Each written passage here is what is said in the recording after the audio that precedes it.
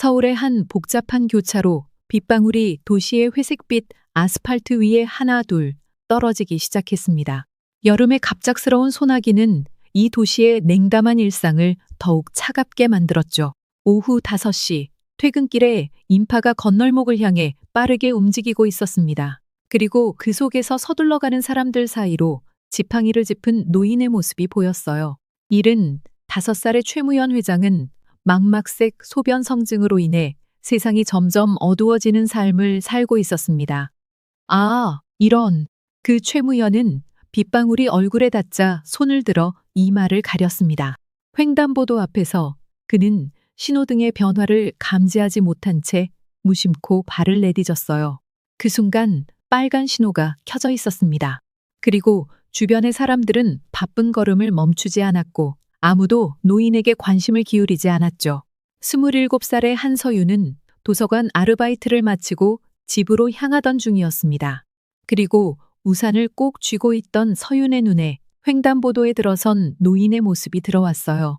그리고 동시에 멀리서 다가오는 자동차의 빠른 속도가 보였습니다. 거기 위험해요. 서윤의 외침과 함께 그녀의 몸은 이미 앞으로 달려나가고 있었습니다. 주변 사람들의 놀란 시선 속에서 서윤은 노인의 팔을 잡아 끌었고 그 순간 자동차가 빠르게 지나갔어요. 그리고 무릉덩이에서 튄 물방울이 두 사람의 옷을 적셨지만 다행히 큰 사고는 피할 수 있었습니다. 괜찮으세요? 많이 놀라셨죠? 서윤은 자신의 우산을 노인에게 씌우며 물었습니다. 최무현은 희미한 시야로 서윤의 얼굴을 올려다봤어요. 오랜만에 느끼는 따뜻한 손길에 그의 주름진 얼굴에 미소가 번졌습니다. 감사합니다. 이런 세상에서 아직도 이런 친절을 베푸는 젊은이가 있다니. 서윤은 빗속에서 자신의 머리카락이 젖어가는 것도 모른 채 노인의 팔을 부축했어요. 어디까지 가세요? 제가 모셔다 드릴게요. 최무현은 잠시 망설였습니다. 그는 오랫동안 사람들에게 경계심을 품어온 그였지만 서윤의 목소리에 담긴 진심이 느껴졌어요. 저기 조금만 가면 제 차가 기다리고 있습니다. 거기까지만 부탁할게요. 그리고 두 사람이 천천히 걷는 동안 비는 더 세차게 내리기 시작했습니다. 서윤은 자신보다 노인이 비에 젖지 않도록 우산을 더 기울였어요. 그리고 최무현은 오랜만에 느끼는 인간적인 온기에 마음이 따뜻해지는 것을 느꼈습니다. 실례지만 성함이 어떻게 되시나요? 한서윤이라고 합니다. 별거 아닌데 이렇게 감사하실 필요 없어요. 그리고 최무현은 서윤의 이름을 소리내어 은조렸어요. 한서윤, 기억하겠습니다. 검은색 고급 세단이 그들 앞에 멈추었고 운전기사가 급히 내려 우산을 가지고 다가왔습니다. 서윤은 노인을 차까지 안전하게 모셔다 드리고 작별 인사를 건넸어요. 여기까지 감사합니다. 오늘 실례가 많았네요. 서윤은 환하게 웃으며 머리를 숙였습니다. 아니에요. 조심해서 가세요. 차가 떠나고 서윤은 비에 흠뻑 젖은 채 그 자리에 남겨졌어요. 그러나 그녀의 얼굴에는 따뜻한 미소가 남아 있었습니다. 그날 한서윤은 모르고 있었어요. 자신의 인생이 그 횡단보도에서 바뀌리라는 걸. 최무현은 차 안에서 창밖을 바라보며 생각에 잠겼습니다. 오래전 자신도 그런 시절이 있었던 걸까요? 자신의 이익만을 위해 달려온 수십 년의 시간 동안 그는 진정한 인간미를 잃고 살아왔었습니다. 오늘 만난 그 젊은 여성의 순수한 친절이 그의 마음에 오랫동안 잊고 있던 무언가를 다시 일깨워 주었어요. 기사님, 저 젊은이에 관해 알아봐 주세요. 일주일이 지났습니다. 한서윤은 평소와 같이 이른 아침부터 도서관에서 일하고 있었어요.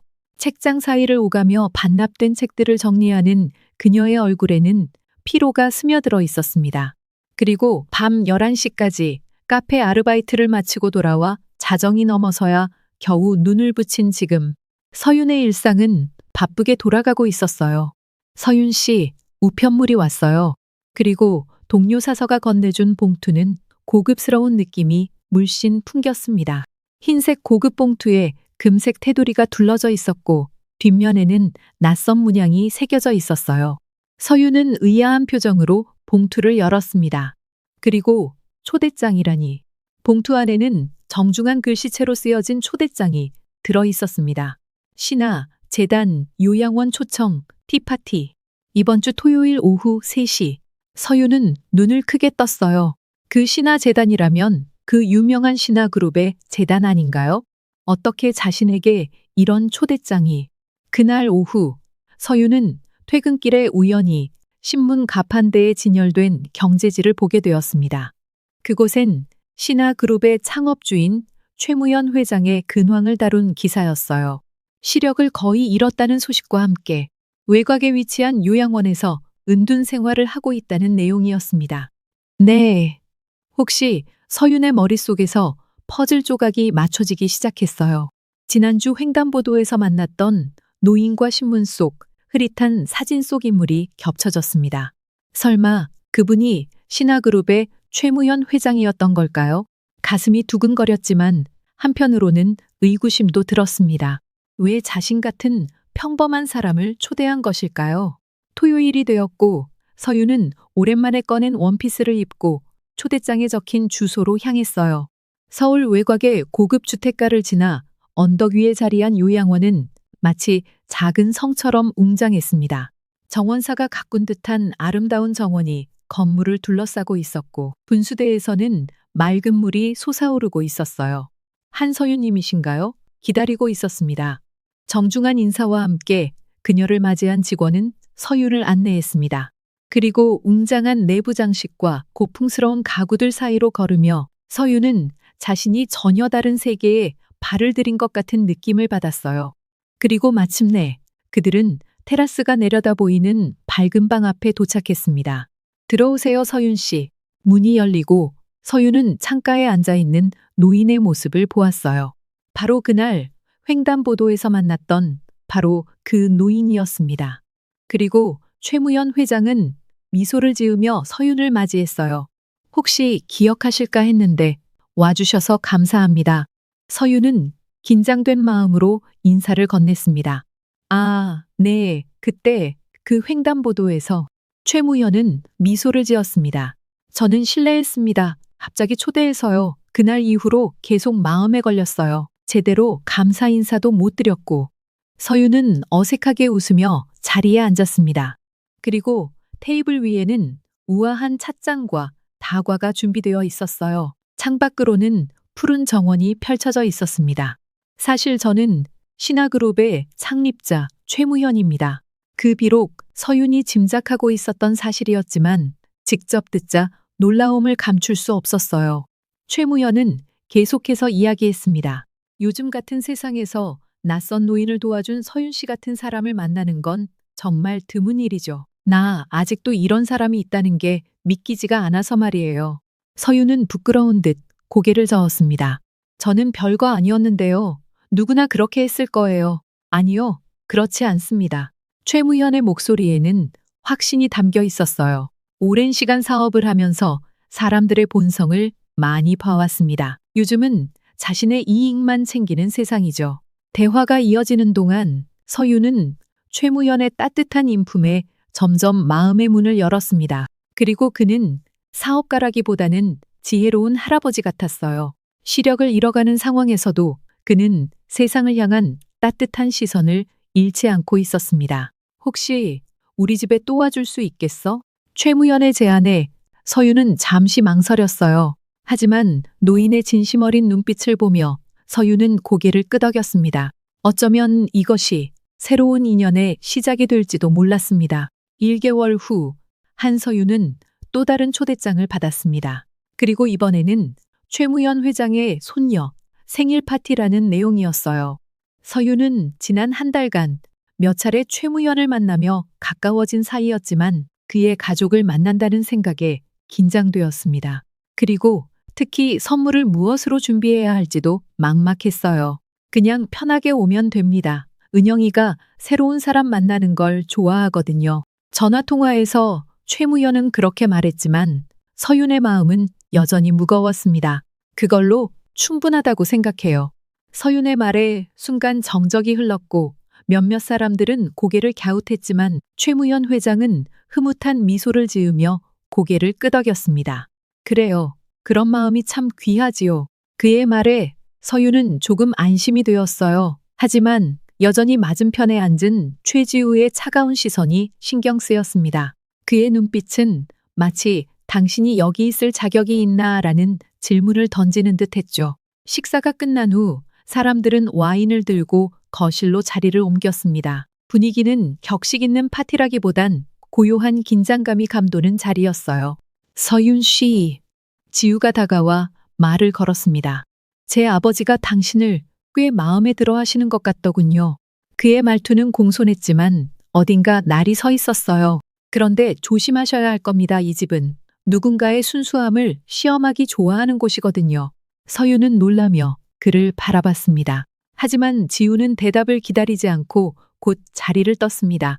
그 순간 서윤은 깨달았어요. 이곳은 단순히 친절한 노인의 호의로 초대받은 공간이 아니었습니다. 신화그룹이라는 거대한 기업의 세계, 그리고 그 속에서 살아가는 사람들의 속마음이 교묘히 뒤엉켜 있는 복잡한 세계의 문턱에 서 있었던 거죠. 하지만 그녀는 물러서지 않기로 결심했습니다. 그녀를 믿어준 최무현 회장의 눈빛을 떠올리며 마음을 굳게 다잡았어요. 그리고 그녀는 몰랐습니다. 이 밤이 앞으로 펼쳐질 운명의 서막이라는 것을. 그걸로 충분하다고 생각합니다. 서윤의 솔직한 대답에 테이블 주변이 잠시 조용해졌어요. 그리고 최무현은 만족스러운 미소를 지었고 지우는 의외라는 듯 서윤을 바라보았습니다. 그리고 대화는 계속되었고 서윤은 자신의 생각을 솔직하게 이야기했어요. 어떤 질문에도 꾸밈없이 답하는 서윤의 모습은 그 자리에 있던 사람들에게 신선한 충격으로 다가왔습니다. 근데 그 여자가 우리 회장이 추천한 그 사람이야. 식사가 끝나고 한쪽에서 지우는 다른 임원과 작은 목소리로 대화를 나누고 있었어요.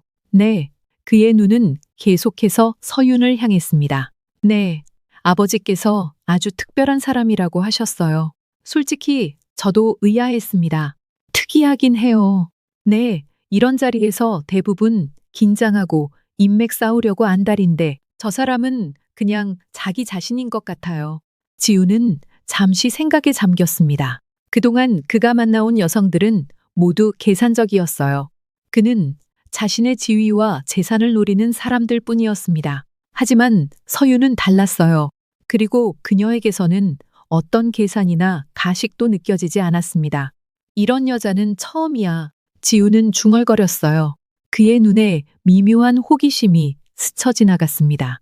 한편 서윤은 최무영과 정원을 건네고 있었어요. 노인은 서윤의 팔을 잡고 천천히 걸으며 이야기를 나누었습니다.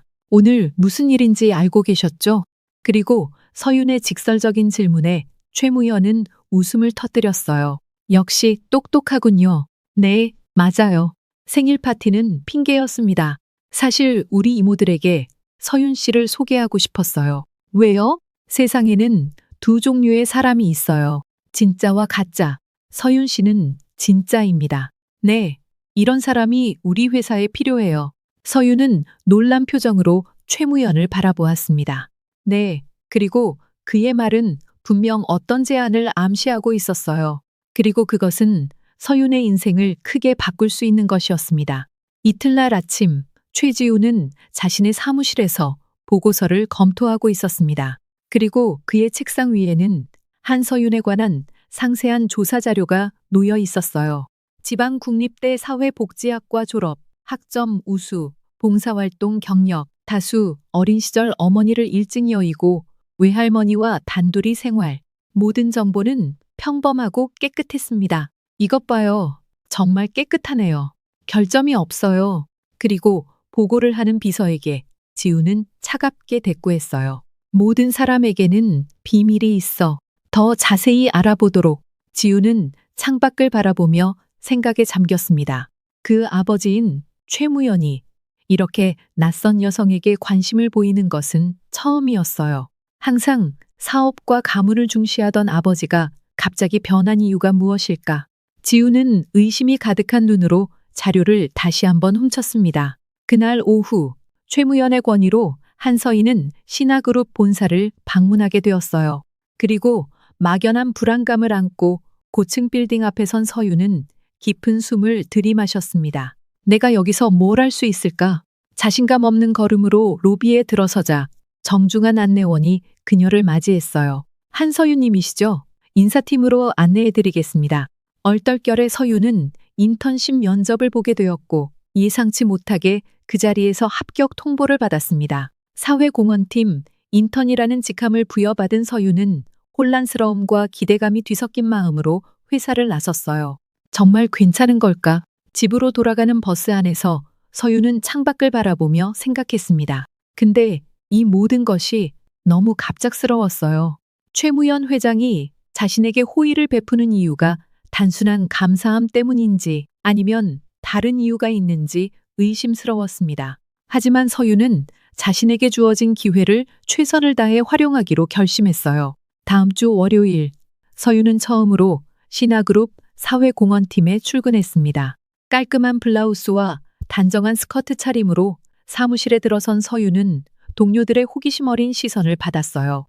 회장님의 특별 채용이라는 소문이 이미 퍼져 있었기 때문입니다. 안녕하세요, 한서윤 씨. 환영합니다. 저는 팀장 김주영입니다. 친절한 여성 팀장의 안내로 서윤은 업무와 회사 문화에 대한 설명을 들었어요. 사회공헌팀은 기업의 이미지 개선과 사회적 책임을 위한 다양한 프로젝트를 진행하고 있었습니다. 서윤은 그 중에서도 소외계층 지원 사업에 배정되었어요. 잘 부탁드려요. 최선을 다하겠습니다. 그리고 서윤은 진심을 담아 인사했습니다. 그녀의 솔직하고 열정적인 태도는 동료들에게 좋은 인상을 남겼어요. 하지만 사무실 분위기에는 미묘한 긴장감이 흐르고 있었습니다. 그리고 모두가 알고 있었어요.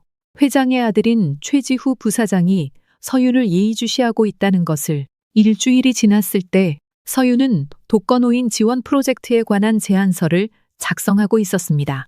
그녀의 경험과 진심 어린 마음이 담긴 제안은 팀 내에서 호평을 받았어요. 그러던 중 갑작스럽게 최지우가 사회공헌팀을 방문했습니다. 오늘은 부사장님께서 오셨습니다. 부장의 알림에 사무실 분위기가 긴장감으로 가득 찼어요. 서윤은 고개를 들어 처음으로 공식적인 자리에서 지우를 마주하게 되었습니다. 그리고 그는 완벽한 수트 차림으로 권위 있는 걸음으로 사무실을 둘러보았어요. 사회공헌팀의 업무 현황을 확인하러 왔습니다. 최근 진행 중인 프로젝트들을 브리핑해 주세요. 팀장이 프레젠테이션을 시작했고 서윤은 조용히 자리에 앉아 있었습니다. 하지만 지우의 시선이 종종 그녀에게 향하는 것을 느낄 수 있었어요. 그리고 브리핑이 끝나자 지우는 직원들에게 질문을 던지기 시작했습니다. 한서윤 씨, 당신이 준비 중인 프로젝트는 무엇인가요? 갑작스러운 질문에 서윤은 잠시 당황했지만 곧 침착하게 답변했어요. 독거노인 지원 프로젝트를 기획 중입니다. 단순한 물질적 지원을 넘어 정서적 유대감을 형성할 수 있는 프로그램을 구상하고 있습니다. 흥미롭네요. 그리고 구체적인 계획은요? 주 이틀은 봉사자들이 직접 방문하고 나머지는 기술을 활용한 비대면 케어 시스템을 구축하려고 합니다. 외로움과 고립감을 줄이는 것이 주요 목표입니다. 서윤의 진지한 답변에 지우는 미묘한 표정 변화를 보였어요. 그는 예상치 못한 전문성과 진심에 살짝 놀란 듯 했습니다. 보고서가 완성되면 제게도 보내주세요. 그는 짧은 지시를 남기고 사무실을 떠났습니다. 그가 떠난 후 동료들은 서윤에게 놀란 눈빛을 보냈어요. 대단해요. 부사장님이 직접 보고서를 요청하시다니. 서윤은 어색하게 웃으며 자리로 돌아왔습니다. 그리고 창밖을 바라보며 그녀는 생각했어요. 최지우라는 사람은 어떤 사람일까? 그는 냉정하고 계산적인 비즈니스맨 같지만 그의 눈빛 속에는 무언가 다른 것이 숨겨져 있는 것 같았습니다. 며칠 후 서윤은 자신의 제안서를 최종 점검하고 있었어요. 그때 팀장이 다가와 작은 목소리로 말했습니다. 서윤 씨, 부사장님께서 당신의 보고서에 대해 매우 만족하셨대요. 그 여자는 진심이야 라고 하셨다네요. 서윤은 놀란 표정을 감추지 못했어요.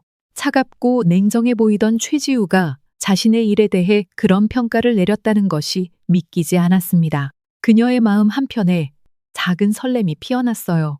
어쩌면 최지우라는 사람도 겉모습과는 다를지도 모른다는 생각이 들었습니다. 한 달이 지났습니다. 한서윤은 어느새 신화그룹의 일상에 적응해가고 있었어요. 그녀의 독거노인 지원 프로젝트는 본격적으로 시작 단계에 접어들었고 서윤은 열정적으로 업무에 임했습니다. 그리고 동료들도 처음에 경계심을 버리고 서윤의 진심과 능력을 인정하기 시작했어요. 그러나 최지우와 서윤의 관계는 여전히 미묘했습니다.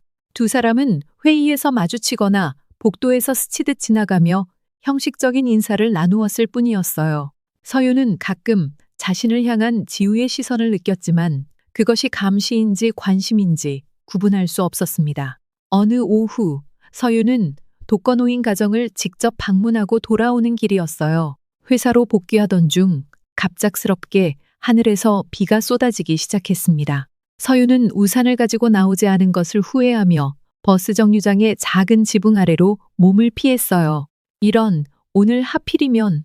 서윤은 젖어가는 머리카락과 옷을 바라보며 한숨을 내쉬었습니다. 그리고 회사까지는 아직 거리가 있었고 비는 점점 더 세차게 내리고 있었어요. 갑자기 그녀 앞에 검은색 고급 세단이 멈췄습니다. 창문이 내려가며 최지우의 얼굴이 나타났어요. 타세요. 회사로 돌아가는 길이죠. 서윤은 놀란 표정으로 잠시 망설였지만 비가 더욱 세차게 내리자 고개를 끄덕이고 차에 올랐습니다. 차 안은 편안한 가죽 향기로 가득했고 클래식 음악이 부드럽게 흐르고 있었어요. 우산을 안 가져와서요. 날씨 예보를 안 보셨나 봐요. 지우의 말투는 여전히 딱딱했지만 서윤은 그의 목소리에서 미묘한 부드러움을 느꼈습니다. 그리고 차는 조용히 도로를 달렸고 두 사람 사이에는 어색한 침묵이 흘렀어요. 프로젝트는 어떻게 진행되고 있습니까? 갑작스러운 질문에 서윤은 잠시 당황했지만 곧 열정적으로 대답했어요. 잘 진행되고 있습니다. 저는 첫 번째 대상, 가정 10곳에 직접 방문했는데 예상보다 상황이 더 열악했어요. 특히 정서적 지원이 시급해 보입니다. 서윤의 진지한 설명에 지우는 살짝 미소 지었습니다. 당신은 항상 일에 대해 이야기할 때 표정이 달라지네요. 정말 좋아하는 일인가 봐요. 네, 사람들을 돕는 일은 제 삶의 이유니까요. 지우는 잠시 서윤을 바라보았어요. 그의 눈에는 호기심과 함께 무언가 더 깊은 감정이 스쳐 지나갔습니다. 왜 이 회사에 왔습니까? 솔직히 말해보세요. 서윤은 잠시 생각하다가 솔직하게 대답했어요. 처음에는 회장님의 호의 때문이었습니다. 하지만 지금은 제가 꿈꾸던 일을 더 크게 할 수 있는 기회라고 생각해요. 한 명이 아닌 많은 사람들을 도울 수 있으니까요. 지우는 고개를 끄덕였습니다. 그는 서윤의 솔직함에 점점 더 흥미를 느끼고 있었어요. 대부분의 사람들은 그의 앞에서 자신을 포장하려고 했지만 서윤은 항상 있는 그대로의 자신을 보여주었습니다. 차는 어느덧 회사 근처에 도착했지만 비는 여전히 세차게 내리고 있었어요. 지우는 잠시 망설이다가 차에서 내려 트렁크에서 우산을 꺼냈습니다. 그리고 서윤의 문을 열어주며 우산을 함께 씌워주었어요. 같이 가죠. 서윤은 놀란 표정으로 지우를 바라보았습니다. 부사장이 직접 우산을 씌워주는 모습에 그녀의 심장은 빠르게 뛰기 시작했어요. 그리고 두 사람은 나란히 걸으며 회사 건물로 향했습니다. 비좁은 우산 아래에서 그들의 어깨는 가볍게 닿았고 서윤은 지우의 체온을 느낄 수 있었어요. 조심하세요.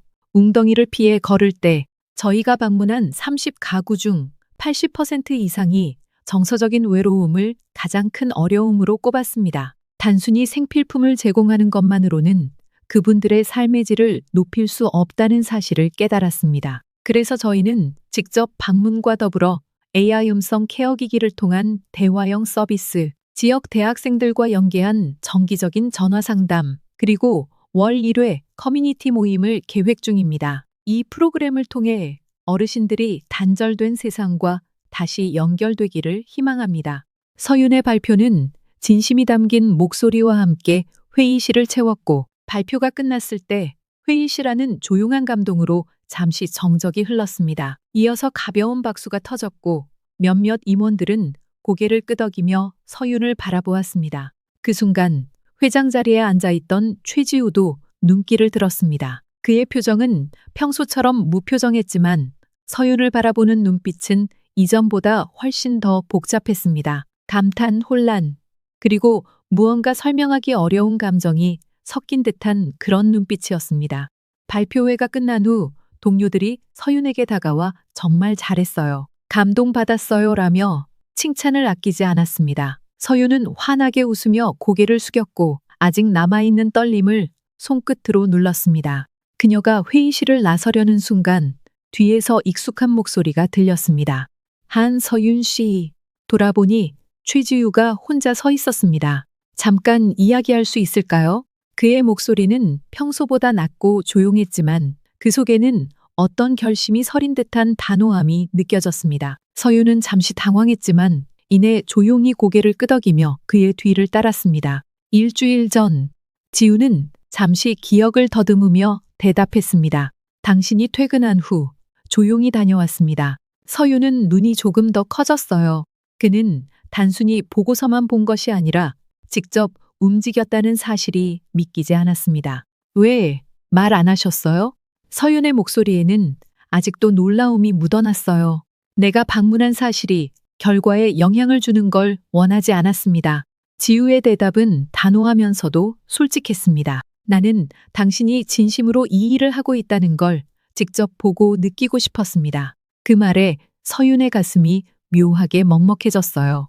차가운 이미지 속에 숨어있던 그의 진심이 오늘따라 더 또렷하게 보였기 때문이에요. 그래도 덕분에 정말 큰 힘이 됐어요.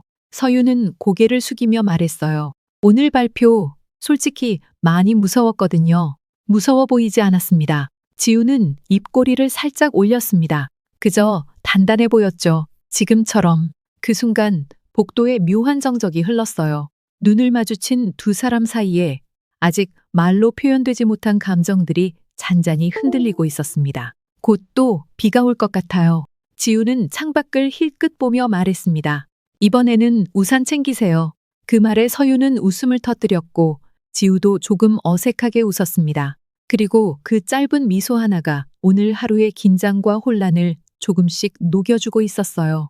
제가 몰랐는데 일주일 전입니다. 그리고 당신이 관리하는 케이스들을 몇 군데 살펴봤습니다. 당신의 이야기가 진실인지 확인하고 싶었어요. 서윤은 놀란 표정을 감추지 못했어요. 그럼 안녕. 네. 어르신들을 직접 만나신 건가요?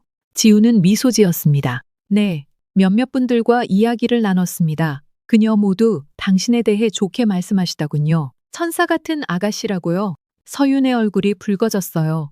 그녀는 머리를 숙이며 작은 목소리로 말했습니다. 저는 그저 제 일을 한 것뿐인데 왜 날 피하려고만 해요?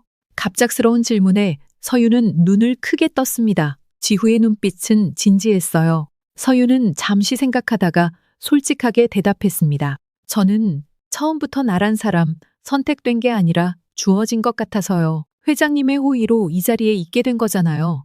그리고 부사장님께는 그게 불편하실 거라고 생각했어요. 지우는 깊은 숨을 내쉬었습니다. 처음에는 그랬어요. 아버지가 갑자기 낯선 여자를 회사에 들이는 것이 못마땅했죠. 하지만 지금은. 그리고 그의 말은 끝을 맺지 못했어요. 지우의 눈빛에는 혼란과 함께 어떤 확신이 자리 잡고 있었습니다. 서윤은 가슴이 빠르게 뛰는 것을 느꼈어요. 지금은요. 하지만 지우는 대답 대신 시계를 확인했습니다. 네, 다음 회의 시간이네요. 실례하겠습니다. 그는 서둘러 자리를 떠났어요. 서윤은 그의 뒷모습을 바라보며 복잡한 감정에 휩싸였습니다. 그리고 지우가 자신을 어떻게 생각하는지, 그의 마지막 말이 무엇을 의미하는지 궁금했어요. 그날 저녁, 서윤은 최무현 회장의 초대로 그의 요양원을 방문했습니다. 회장의 건강이 다소 악화되었다는 소식을 들었기 때문이에요. 서윤은 작은 꽃다발을 들고 회장의 방을 노크했습니다. 들어오세요. 최무현은 창가에 앉아 있었어요. 그의 얼굴은 전보다 더 창백해 보였고 더 많은 주름이 자리 잡은 것 같았습니다. 서윤은 조용히 다가가 인사를 드렸어요. 회장님, 많이 편찮으세요? 최무현은 미소 지었습니다. 나이 든 사람의 건강이 그렇지 뭐, 걱정하지 마세요. 서윤은 회장 옆에 앉아 그날 있었던 회의에 대해 이야기했어요. 최무현은 아들 지우가 서윤의 프로젝트를 지지했다는 소식에 기쁜 듯 미소 지었습니다. 지금 지우가 달라지고 있군요. 당신 덕분인 것 같아요. 서유는 고개를 저었어요.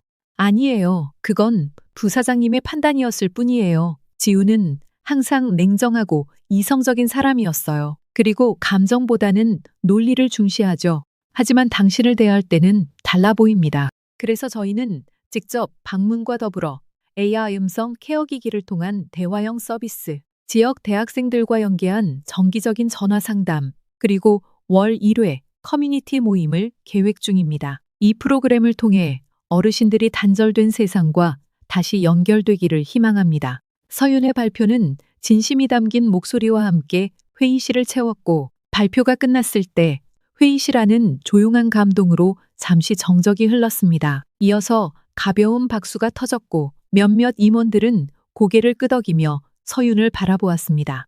그 순간 회장 자리에 앉아있던 최지우도 눈길을 들었습니다. 그의 표정은 평소처럼 무표정했지만 서윤을 바라보는 눈빛은 이전보다 훨씬 더 복잡했습니다. 감탄, 혼란, 그리고 무언가 설명하기 어려운 감정이 섞인 듯한 그런 눈빛이었습니다. 발표회가 끝난 후 동료들이 서윤에게 다가와 정말 잘했어요, 감동받았어요 라며 칭찬을 아끼지 않았습니다. 서윤은 환하게 웃으며 고개를 숙였고 아직 남아있는 떨림을 손끝으로 눌렀습니다. 그녀가 회의실을 나서려는 순간 뒤에서 익숙한 목소리가 들렸습니다. 한서윤 씨. 돌아보니 최지우가 혼자 서 있었습니다. 잠깐 이야기할 수 있을까요? 그의 목소리는 평소보다 낮고 조용했지만 그 속에는 어떤 결심이 서린 듯한 단호함이 느껴졌습니다. 서윤은 잠시 당황했지만 이내 조용히 고개를 끄덕이며 그의 뒤를 따랐습니다. 일주일 전, 지우는 잠시 기억을 더듬으며 대답했습니다. 당신이 퇴근한 후 조용히 다녀왔습니다. 서윤은 눈이 조금 더 커졌어요. 그는 단순히 보고서만 본 것이 아니라 직접 움직였다는 사실이 믿기지 않았습니다. 왜 말 안 하셨어요? 서윤의 목소리에는 아직도 놀라움이 묻어났어요. 내가 방문한 사실이 결과에 영향을 주는 걸 원하지 않았습니다. 지우의 대답은 단호하면서도 솔직했습니다. 나는 당신이 진심으로 이 일을 하고 있다는 걸 직접 보고 느끼고 싶었습니다. 그 말에 서윤의 가슴이 묘하게 먹먹해졌어요. 차가운 이미지 속에 숨어 있던 그의 진심이 오늘따라 더 또렷하게 보였기 때문이에요. 그래도 덕분에 정말 큰 힘이 됐어요. 서윤은 고개를 숙이며 말했어요. 오늘 발표 솔직히 많이 무서웠거든요. 무서워 보이지 않았습니다. 지우는 입꼬리를 살짝 올렸습니다. 그저 단단해 보였죠. 지금처럼. 그 순간 복도에 묘한 정적이 흘렀어요.